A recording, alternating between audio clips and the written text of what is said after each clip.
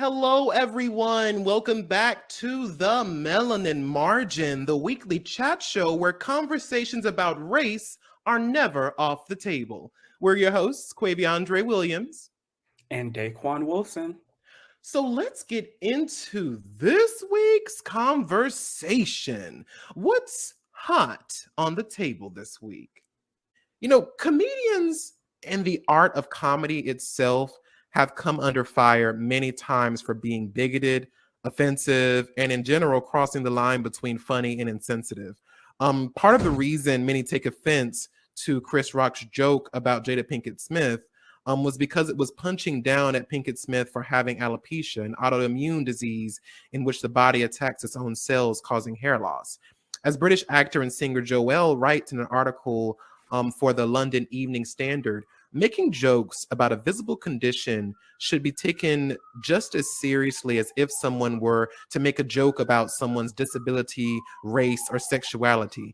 Joel goes on to state that it's especially egregious when for Rock to make these kinds of jokes, especially because his presence in the comedy world sets a standard that these jokes are okay, and Rock should have known better. He wrote and presented the 2009 documentary Good Hair, which explores hair in Black culture in ways in which it's discriminated toward in Western society. He is no fool to the pressures some women and men have to go through to maintain a full head of hair, but he did it anyway, and it was inappropriate. Even as they crossed paths professionally, working on shows and movies and movies together, Chris Rock has a history of making jokes at the Smith family expense, such as joking that Will Smith and his kids are stealing opportunities from his family, making fun of Smith's family dynamics, and at the 2016 Oscars, where Rock's jokes that Jada boycotting the Oscars is like me boycotting Rihanna's panties. I wasn't invited. So I want to ask you, Daquon, do you think it's ever okay to make jokes about someone's body or medical condition? I think that it is a situation where it is appropriate if you are not punching down. If it is somebody who is a fat comedian making a fat joke about their own body, like that is their experience. That's something that they could joke about. But when it's something like Chris Rock making fun of a condition that he's never had, an autoimmune condition at that, it's not really appropriate. And frankly, I think things like that are just baseline jokes. They're really just lacking of intellectual quality when it comes to comedy, for lack of a better word, because this is a conversation that has been years, centuries old. Comedy has been something that's been a part of society since societies were frankly founded. Like, we know that comedy was a part of ancient Greek societies and Roman societies. And even this conversation about what's the point of comedy had been made because comedy back then was also frankly crude, phallic, and was really doing those low ball type jokes. And some really saw that comedy could be more. Comedy could be this higher intellectual political satire. Mm-hmm. Comedy could be something that makes people happy and joyous and really makes people honestly laugh and have fun instead of being insulting. And so I think that making jokes about, frankly, the elephant in the room, that's a lowball type thing. I really enjoy comedians who go for that thing that's unexpected, that Mm-hmm. thing that you really have to sit with and be like, what? Oh, and it really grasp you right there instead of just something like, oh, haha, bald. Like, how is that actually funny? And so I definitely agree with Joelle in thinking that this is inappropriate, especially because Chris Rock knows he should know better. Like the singer Sprout, he wrote a whole documentary about how important hair is to the Black community. And to make a joke about hair to somebody in the Black community, like, you had to know that that wouldn't go well And frankly, I also think that it's important to think about timing. We have just sat through a pandemic where people with Mm-hmm. autoimmune disorders and all different types of comorbidities have basically been told your life doesn't matter. Mm. And so you are expecting somebody that has went through all of that to then on a global stage take a joke about their autoimmune disorder. No, that's not how it works.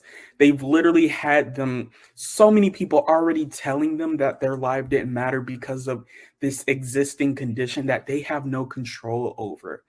And making jokes like this is only exacerbating that issue that whatever you have going on does not matter enough for me to care. I don't need to think about that because I don't have that. And therefore, I don't need to think about that.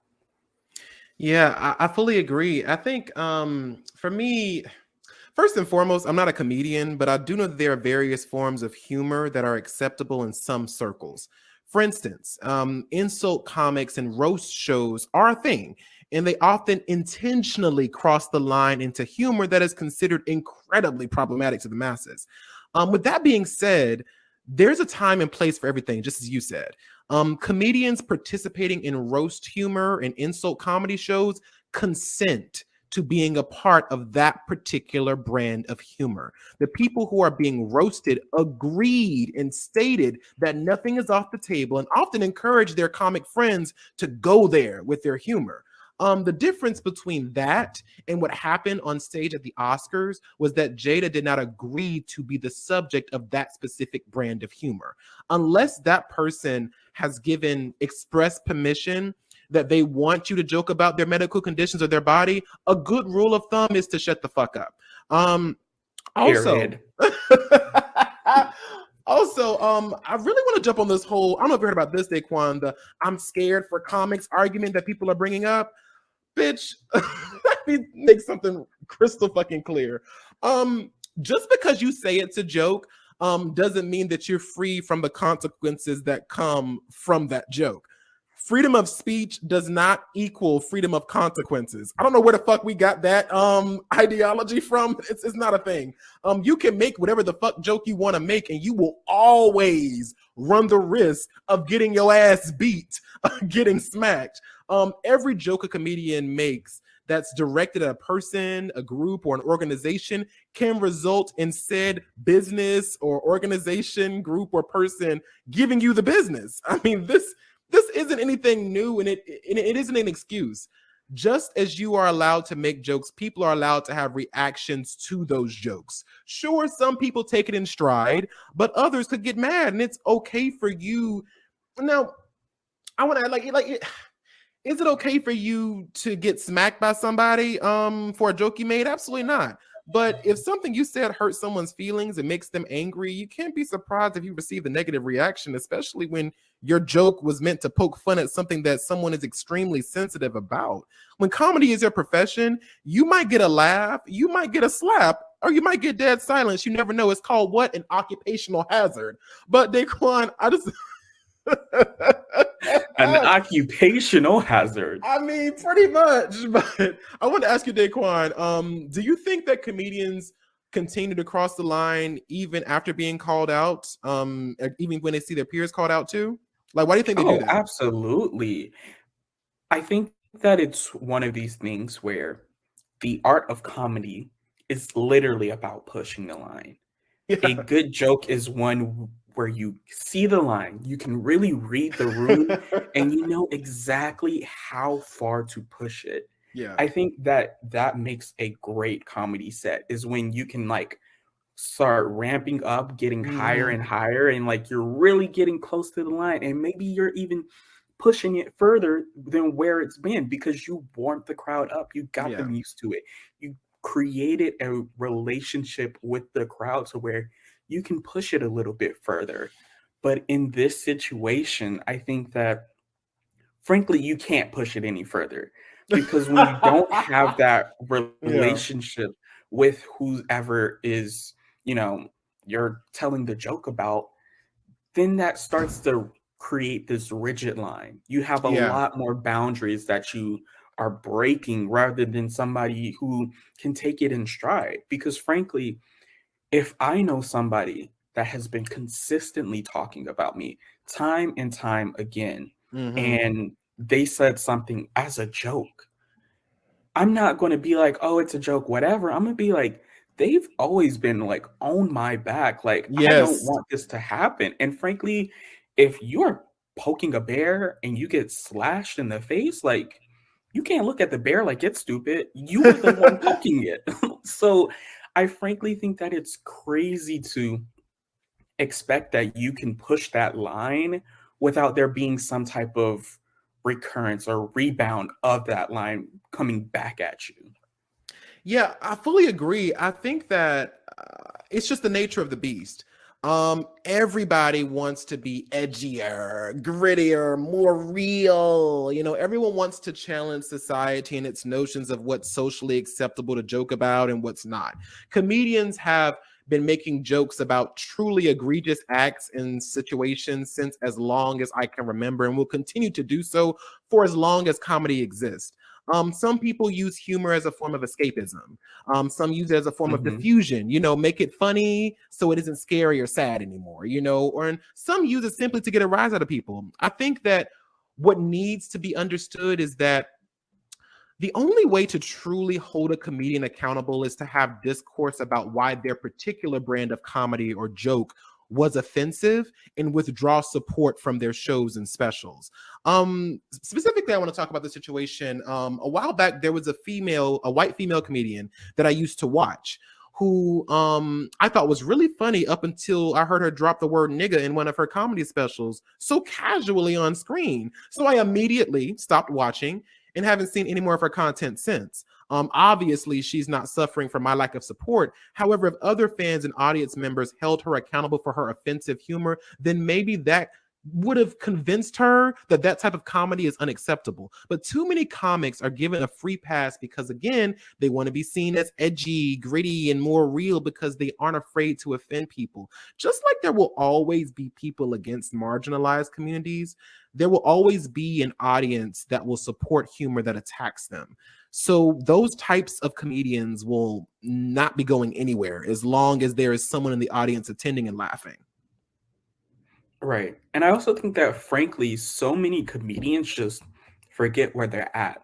Like you said before, there's a time and a place for Yeah. everything. So if you're at a roast or, you're at like a small like comedy show or whatever, like that is the place to tell those type of jokes Yeah. because people who come there are expecting it. But something Yes. like the Oscars, it's like, hey, like, why do we have comedians at the Oscars anyway? Like, it is literally about giving elites awards. And Yeah. it's like, I get, the Oscars want people to have good ratings and things like that, but I've seen award shows that were great without comedians in it Yeah. or doing mini sets. And I think that that also trips up so many comedians because a joke that they can have in their normal set when they do their own tours or their own little open mic nights or their own comedy shows and roasts isn't necessarily going to translate when you have an entirely different audience. Something that the average person will enjoy, a person that is literally the highest person in their field, that's like on this high horse, isn't going to appreciate being knocked down in certain ways. And so you really got to pay attention to time and place because, frankly, this wasn't the time. I don't know if there will ever be a time for the type of joke, but this wasn't it, Rock.